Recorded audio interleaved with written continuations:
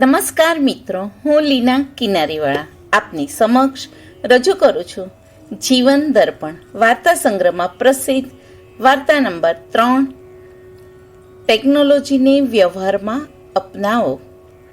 લેખક શ્રી નિખિલ કિનારીવાળા, અમદાવાદ. સંપાદક નિર્મોહી પ્રકાશન, અંકિત ચૌધરી, કૌશિક શાહ. વિડીયો સંકલન કૌશિક શાહ. તો ચાલો મિત્રો સાંભળીએ વાર્તા ટેકનોલોજીને વ્યવહારમાં અપનાવો. આ વાત છે કમલેશભાઈ અને આશાબેનની અને તેમના જેવા અનેક દંપતીઓની, જેઓ ઉંમરનો 60 વર્ષનો પડાવ વટાવી ચૂક્યા છે. તેઓ શિક્ષિત પણ છે અને આર્થિક રીતે સ્વતંત્ર પણ હતા, પરંતુ નાની નાની દરેક બાબતોમાં બીજા ઉપર પરાવલંબી છે. દરરોજના રોજિંદા વ્યવહારમાં નવી ટેકનોલોજીના ઉપયોગ થકી ઊભી થતી સમસ્યાઓ અને મીઠી મૂંઝવણોનો સામનો કરવામાં અસમર્થ હોય છે અને તેને કારણે તેમને જે પરાધીનતાનો અનુભવ થાય છે તે ખૂબ જ કપરો હોય છે. કમલેશભાઈ 2 વર્ષ પહેલાં સરકારી નોકરીમાંથી અધિકારી પદેથી નિવૃત્ત થયા. આશાબેન પણ પ્રાથમિક શાળામાં શિક્ષિકા હતા અને તે પણ નિવૃત્ત થઈ ગયા. તેમનું નાનું એવું કુટુંબ, જેમાં પુત્ર જયમીન અને પુત્રી ખુશાલી.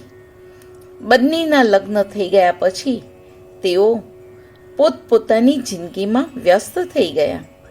પુત્ર તેની પત્ની અને બાળક સાથે હૈદરાબાદમાં સ્થાયી થયો અને પુત્રી તેના કુટુંબ સાથે વડોદરામાં રહે છે.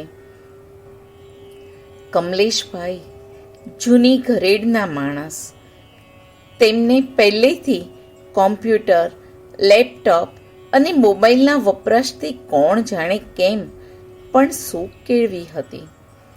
આશાબેન પણ આ બાબતમાં ક્યારેય ઉત્સાહ ન દર્શાવે. બંને પોતાના બેંક ખાતા માટે એટીએમ કાર્ડ પણ ન રાખે, તો નેટ બેન્કિંગ કે ઓનલાઈન વ્યવહારો તો જોજોનો દૂરની વાત છે. ઈમેલ એકાઉન્ટ પણ તેમના પુત્રે બનાવી આપ્યું, પરંતુ તેનો ઉપયોગ તેઓ કદી કરતા નહીં. તેમના પરિચિતો અને સંતાનો તેમને ખૂબ સમજાવીને થાકી ગયા કે હવે તેમણે આ બધું શીખવું જોઈએ અને તેમને માટે ખૂબ જરૂરી પણ છે. પરંતુ કમલેશભાઈ કે આશાબેન આ બાબત ક્યારેય ગંભીરતાથી સ્વીકારતા નહીં. તેમની એક જ દલીલ રહેતી કે અમારી દુનિયા એના વગર પણ ચાલે જ છે ને. પહેલાંના સમયમાં આ બધી સુવિધા ક્યાં હતી? આ તો બધી જંજાળ છે. આ વિચારસરણીને કારણે તેમણે બેંકમાં પૈસા ભરવા કે પૈસા ઉપાડવા વારંવાર જાતે જવું પડે અને અગવડ ભોગવવી પડે. ખરીદીમાં કે બીજા કોઈ પણ વ્યવહારમાં તેમને રોકડ સિવાય બીજું ફાવે નહીં. મોબાઈલનો ઉપયોગ જરૂર કરે, પરંતુ તે ફોન, વોટ્સઅપ અને વિડીયો કોલિંગ પૂરતું મર્યાદિત. વોટ્સઅપ અને વિડીયો કોલિંગ પણ સંતાનો સાથે સંપર્કમાં રહેવા, સંતાનોના આગ્રહને વશ થઈને થોડું ઘણું શીખ્યા. ગુણવંતભાઈ તેમના ખાસ મિત્ર, પરંતુ નવી ટેકનોલોજી વાપરવાના સંબંધે તેઓ કમલેશભાઈથી તદ્દન વિપરીત વિચારસરણીવાળા. તેઓ નવી ટેકનોલોજીનો ભરપૂર ઉપયોગ કરે. Email, mobile banking, net banking, online money transfer, online ખરીદી, પેમેન્ટ વોલેટ્સનો ઉપયોગ, cab booking, railway ticket booking, air ticket booking બધું જાતે કરે.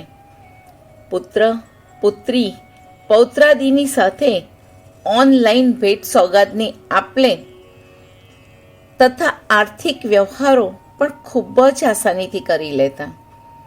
તેમનું માનવું હતું કે જ્યારે આ સમયમાં ટેકનોલોજીનો આ સ્તરે વિકાસ થયો છે, ત્યારે આપણે પોતાની સુવિધા માટે તેનો પૂરેપૂરો ઉપયોગ કરવો જોઈએ. જો તેમ નહીં કરીએ તો પ્રવાહમાં તદ્દન અળગા પડી જઈશું. એટલું જ નહીં, પરંતુ રોજિંદા વ્યવહારોને સરળ બનાવવાની જગ્યાએ વધુ મુશ્કેલ બનાવી દઈશું. કમલેશભાઈને પણ ક્યારેક આવા વ્યવહારોની બાબતમાં મૂંઝવણ થતી ત્યારે તેમના મિત્ર ગુણવંતભાઈને બોલાવી લેતા અથવા એમની આજુબાજુ રહેતા પડોશીના દીકરા દીકરીઓને બોલાવીને કામચલાઉ પોતાનું કાર્ય પૂરું કરી લેવા પ્રયત્ન કરે. હમણાં જેવું બન્યું કે આશાબેનના સ્વાસ્થ્ય અંગે ડૉક્ટરની સલાહ મુજબ ઘણા બધા લેબોરેટરી ટેસ્ટ રિપોર્ટ કરાવવા પડ્યા. રિપોર્ટ ઈમેલ ઉપર મોકલવામાં આવે, જે તુરંત ડૉક્ટર સાહેબને વોટ્સઅપ પર મોકલવાની જરૂર પડતી. આશાબેનને ડૉક્ટર પાસે લઈ જવા અથવા લેબોરેટરીમાં લઈ જવા કેબ બુકિંગની જરૂર પડતી. બિલ પેમેન્ટ વખતે પણ દરેક જગ્યાએ એમને માત્ર કેશનો સહારો લેવો પડતો, કારણ કે ઓનલાઈન પેમેન્ટ આવડતું નહીં. મિત્ર ગુણવંતભાઈ પોતાના દીકરા પાસે બેંગ્લોર ગયેલા. સંતાનો દૂર બેઠા બેઠા એમને જે કંઈ મદદ કરી શકે તે પ્રયત્ન કરતા, પરંતુ સંપૂર્ણપણે સ્વસ્થતાપૂર્વક તેમનું કામ થતું નહીં. આથી કમલેશભાઈ મનથી વ્યથિત રહેતા. પ્રશ્ન એ નથી કે કમલેશભાઈ આ બધું નહીં શીખે તો શું થશે, પરંતુ પ્રશ્ન એ છે કે જો કમલેશભાઈ આ કૂદકે ને ભૂસકે આગળ વધતી ટેકનોલોજીને અપનાવવામાં સફળ રહ્યા હોય તો તે તેમના પોતાના રોજબરોજના જીવન માટે કેટલું આશીર્વાદરૂપ નીવડે.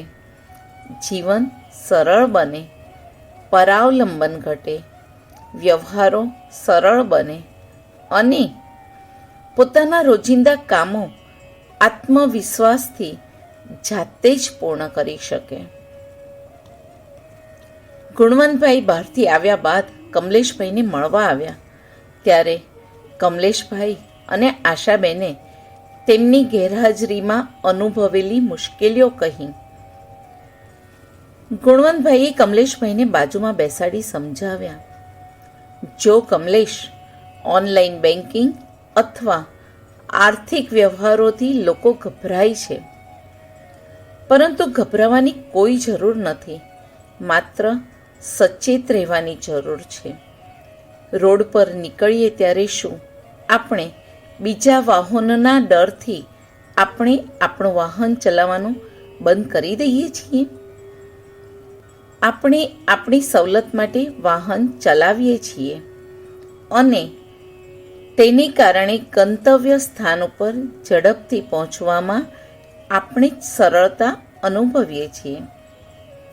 તેવી જ રીતે આધુનિક ટેકનોલોજીના દરિયામાં જો આપણે સામી પ્રવાહે તરવાનો પ્રયત્ન કરીશું તો તે આપણને વધુ મુશ્કેલીઓ જ આપશે, પરંતુ તેની જગ્યાએ જો તેના પ્રવાહના બળનો ઉપયોગ કરીને તેની સાથે તરીશું તો તે આપણી મુસાફરી વધુ સરળ અને આનંદમય બનાવશે. સાચી વાત એ છે કે આધુનિક ટેકનોલોજીના રોજિંદા કાર્યમાં ઉપયોગ વિશે પસંદગીનો કોઈ વિકલ્પ છે જ નહીં. જો આપણી પાછલી ઉંમરના આ પડાવ ઉપર આર્થિક વ્યવહારો માટે સ્વાવલંબી બનવું હશે અને રોજિંદા કામમાં આત્મવિશ્વાસ ભરવો હશે તો ચાલી રહેલી આધુનિક ટેકનોલોજીની વ્યવસ્થાને સ્વીકારવી પણ પડશે અને અપનાવવી પણ પડશે. તેના ઉપયોગથી છેતરપિંડીનો ભોગ બનવાનો ડર રાખવાની કોઈ જરૂર નથી. આપણા જેવી સુશિક્ષિત વ્યક્તિઓએ તેના ઉપયોગ વખતે ચોકસાઈ રાખવાની તથા હંમેશા સચેત રહેવાની જરૂર માત્ર છે. માટે જરૂર છે તમને બંનેને આ ડરમાંથી બહાર કાઢવાની અને સુનિયોજિત રીતે આધુનિક આર્થિક વ્યવહારો અને ટેકનોલોજીના ઉપયોગ વિશે માહિતગાર કરી પ્રશિક્ષણ આપવાની.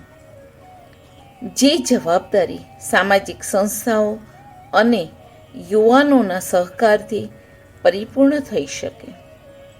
તેનાથી તમારો આત્મવિશ્વાસ વધશે, રોજિંદા કાર્યોમાં મીઠી મૂંઝવણો ઓછી થશે, બીજા ઉપર પરાવલંબિતા ઘટશે અને જીવનમાં આનંદની અનુભૂતિનો સંચાર થશે.